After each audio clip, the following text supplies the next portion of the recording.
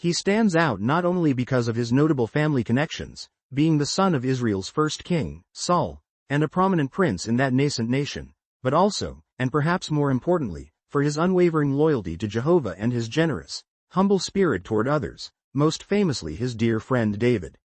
From a historical and cultural standpoint, Jonathan came of age during a time when the newly formed nation of Israel was in constant tension and warfare with neighboring peoples, especially the Philistines. He had a warrior's spirit, demonstrated early on. For instance, the Bible recounts in 1 Samuel chapter 14 how Jonathan, along with his armor-bearer, approached a Philistine outpost with remarkable courage and faith. Without a large company of troops, and acting with great reliance on God's guidance, he initiated a surprise attack. According to Jehovah's Witnesses' understanding, this event underscores Jonathan's trust in Jehovah's ability to deliver his people. Jonathan wasn't merely a war hero in the worldly sense. He was a man who recognized the hand of God in battle, who acted decisively, and whose confidence rested not in his own might but in Jehovah's power to save. Another defining aspect of Jonathan's character, as emphasized in Watchtower Society publications, is his extraordinary friendship with David. This bond transcended the norms of the day. Jonathan was the natural heir to his father Saul's throne, or at least that would have been the traditional expectation. Yet, Jonathan recognized in David not only a courageous companion but the rightful future king chosen by Jehovah.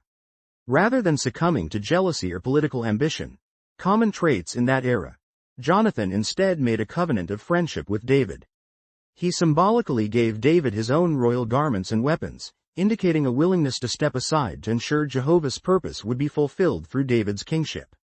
Publications by Jehovah's Witnesses often highlight this act to illustrate that Jonathan's loyalty to Jehovah's arrangement was stronger than any desire for personal position or glory. He genuinely put God's will above his own worldly prospects. In practical terms, Jonathan's alliance with David was repeatedly tested. King Saul's jealousy of David grew to dangerous levels.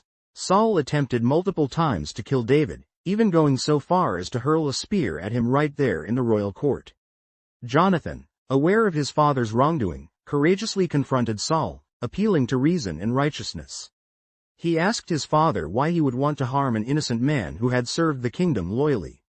Although Saul's rage often blinded him, Jonathan's efforts were a testament to his desire to promote peace and justice. Jehovah's Witnesses draw on these accounts to highlight the tension Jonathan faced. He had to balance filial duty, respect and obedience to his father, the king, and his loyalty to Jehovah's arrangement. Jonathan's unfailing moral compass always steered him toward what he knew to be right, even if that meant protecting David from his own father. This unwavering righteousness is precisely what makes Jonathan an encouraging role model for modern-day believers, as presented in jw.org articles and Watchtower literature. He exemplifies the principle that loyalty to Jehovah and faithfulness to his chosen leaders, those confirmed by divine backing, ought to surpass familial or personal ambition. In Jonathan's case, this was not an easy path. It required humility on an almost unimaginable scale. Most humans, when faced with the loss of a regal future, would at least feel bitterness or resentment. Yet the biblical record, as understood and explained by Jehovah's Witnesses, does not hint that Jonathan harbored any ill will toward David. Instead, he joyfully supported David, even weeping when they had to part ways. This depth of friendship and loyalty is a prime example for those who endeavor to display selflessness and brotherly affection today. Ultimately, Jonathan's life was cut short alongside his father Saul and two of his brothers on Mount Gilboa, where Israel suffered a crushing defeat at the hands of the Philistines. His death was tragic, yet it might be seen as a noble end for a man who lived courageously and faithfully. While he never saw the peaceful reign of David, his beloved friend, he had done much to pave the way for that era of stability and blessing. Jonathan did not witness the fulfillment of Jehovah's promise in David's kingship, but his trust that Jehovah would accomplish his purpose did not waver. Jehovah's Witnesses often point to Jonathan's example as a lesson in priorities and faith. He reminds modern readers that loyalty to God and his arrangements should never be compromised by personal ambition.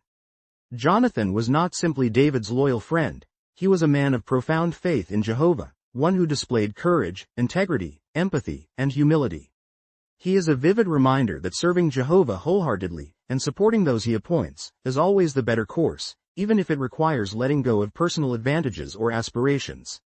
In various Watchtower articles, Jonathan's story is used to help believers cultivate genuine friendships within the Christian congregation, to learn how to deal with difficult family circumstances while maintaining loyalty to scriptural principles, and to remain humble and flexible when changes occur within Jehovah's organization or personal circumstances.